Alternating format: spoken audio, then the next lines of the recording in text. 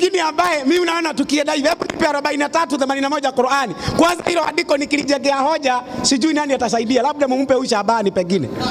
Lakini hao wengine washakuwa wazee, hata huyu unaona amevaa miwani. 43:81 Qur'ani. Sema Mwenyezi Mungu mwingi wa rehema angalikuwa na mtoto. Kama Mwenyezi Mungu mwingi wa rehema angekuwa na mtoto, ningekuwa wa kwanza wa kumwabudu mtoto huyo. Sasa hili andiko mimi nataka niwaulize Waislamu.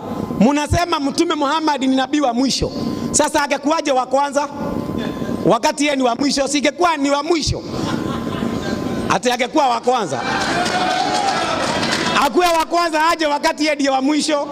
Sasa kama alisujudiwa, kama mwana wa Mungu alisujudiwa kabla Muhammad kuzaliwa.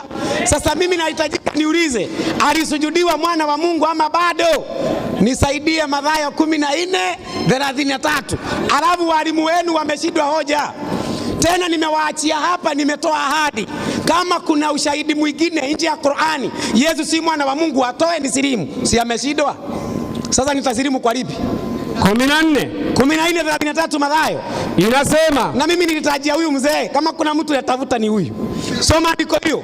Nao waliokuwemo ndani ya chombo ndio wakamsujudia wakisema, wale waliokuwa ndani ya chombo wakamsujudia wakisema, hakika wewe u mwana wa Mungu. Kumbe hata kabla Mtume Muhammad hajazaliwa Yesu anasujudiwa, na wale wanamsujudia wanasema hakika wewe ni mwana wa Mungu. Yesu akasema mimi si mwana wa Mungu, lakini aliitwa mwana wa Mungu akakubali.